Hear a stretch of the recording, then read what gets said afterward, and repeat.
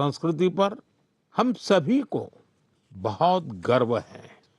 साथियों, हमारी सरकार भारत की ऐसी अमूल्य धरोहरों के संरक्षण के लिए लगातार प्रयास कर रही है। इसी क्रम में ज्ञान भारतम अभियान के तहत छत्तीसगढ़ के मल्हार में भी एक महत्वपूर्ण खोज हुई है। यहाँ 3 दुर्लभ ताम्र पट्टिकाएं मिली हैं। ये पांडुवंशी राजवंश के महर्षि बालार्जुन के शासनकाल से जुड़ी मानी जा रही है। विशेषज्ञ मानते हैं कि इंस्क्रिप्शंस 6ठी-7वीं सदी के हैं, यानी 1400-1500 साल पुराने। ये ताम्र पट्टिकाएं प्राचीन ब्राह्मी लिपि और पाली भाषा में लिखी गई है। इनसे उस समय की शासन व्यवस्था, धर्म और संस्कृति के बारे में महत्वपूर्ण जानकारी मिलती है। साथियों, हम भारतीयों में खगोल विज्ञान यानी एस्ट्रोनॉमी को लेकर हमेशा विशेष आकर्षण रहा है। हमारे देश में आज भी सदियों पुरानी ऑब्जर्वेटरीज मौजूद है। यहाँ अद्भुत मैथमेटिकल डिस्कवरीज हुई है। नेविगेशन हो, पंचांग हो या हमारे पर्व त्योहार, इन सब का संबंध आकाश और तारों से रहा है। हमारे यहाँ एस्ट्रोनॉमी ने हर पीढ़ी में कौतूहल जगाया है, उसे एक्सप्लोरेशन के लिए प्रेरित किया है और आज के युवाओं में भी इसे लेकर काफी उत्साह दिखाई देता है। आजकल आप भी देखते होंगे, देश भर में एस्ट्रोनॉमी क्लब्स तेजी से लोकप्रिय हो रहे हैं। बड़े शहरों से लेकर छोटे कस्बों तक, स्कूलों से लेकर पार्कों तक इनकी गतिविधियां दिखाई देती हैं। मुझे बेंगलोर एस्ट्रोनॉमिकल सोसाइटी के बारे में जानकारी मिली। यहाँ ऑब्जर्वेशनल सेशंस आयोजित किए जाते हैं। इस संस्था ने ग्रामीण क्षेत्रों में एस्ट्रोनॉमी को लोकप्रिय बनाने का मिशन भी शुरू किया है। खगोल मंडल नाम की टीम ने 30 घंटे का एक बहुत इनोवेटिव कोर्स शुरू किया है। साथियों, रात में तारों को निहारना अपने आप में अद्भुत अनुभव होता है। एस्ट्रो केरला नाम की एक संस्था नाइट ऑब्जर्वेशन कैंप और वर्कशॉप आयोजित करती है। यहाँ युवा साथी टेलीस्कोप बनाना और स्टार मैप्स का इस्तेमाल करना सीखते हैं। राजकोट के बिग बैंग एस्ट्रोनॉमी क्लब ने गिर के जंगलों से लेकर कच्छ के रण तक अनेक एस्ट्रोनॉमी इवेंट्स आयोजित किए हैं। ज्योतिर्विद्या परिसंस्था भी एस्ट्रोनॉमी के सबसे पुराने संस्थानों में से एक है।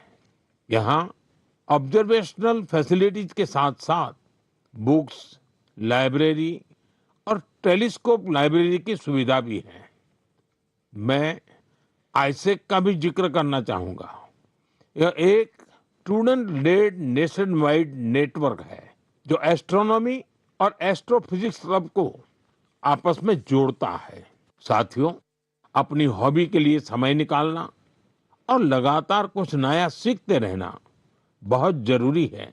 मैं युवाओं से आग्रह करूंगा कि वे किसी एस्ट्रोनॉमी क्लब से जरूर जुड़े और इन छुट्टियों में किसी प्लेनेटेरियम को भी जरूर देखने जाएं। साथियों, मन की बात कार्यक्रम को जो लोग टीवी पर देख रहे हैं, मैं उनसे कहूंगा, एक वीडियो जरूर देखिएगा। ये वीडियो पिछले दिनों बहुत चर्चा में रहा। इसमें कुछ लोग बहुत धैर्य से, बहुत सावधानी से एक गंगा डॉल्फिन को बचाने की कोशिश कर रहे हैं।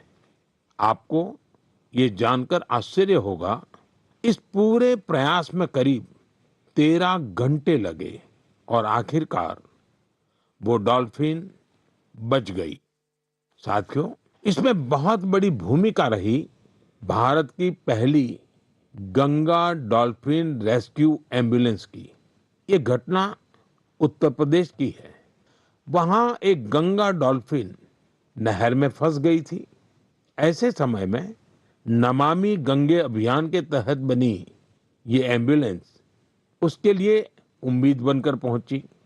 फिर बहुत सावधानी से उसे बाहर निकाला गया, उसकी जांच की गई, उसका इलाज किया गया और उसके बाद उसे सुरक्षित राप्ती नदी में छोड़ दिया गया।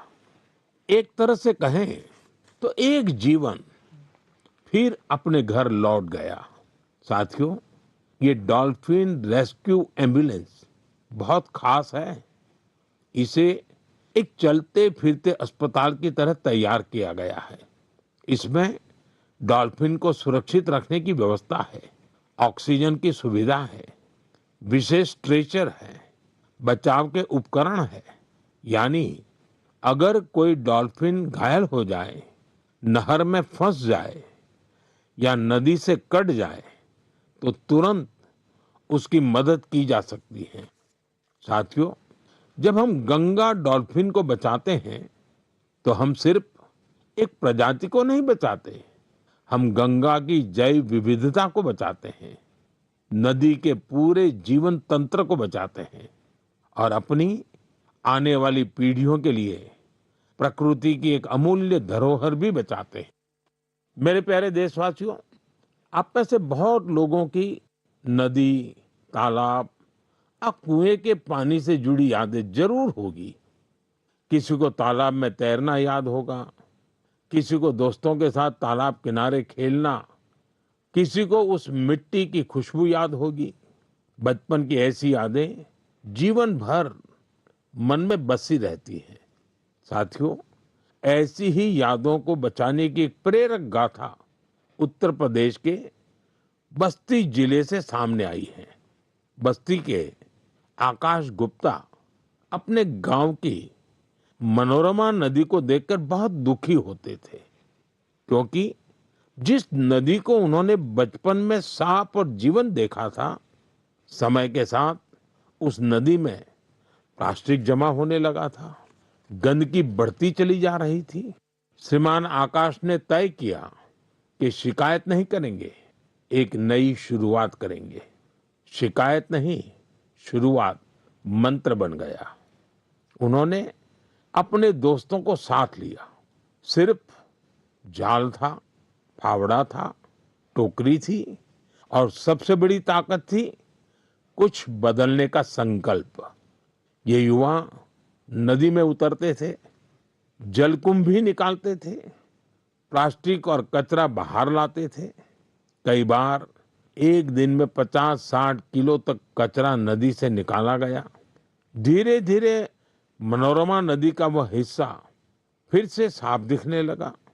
आसपास के लोगों का ध्यान भी इस काम की तरफ गया। लोगों में स्वच्छता को लेकर जागरूकता बढ़ी।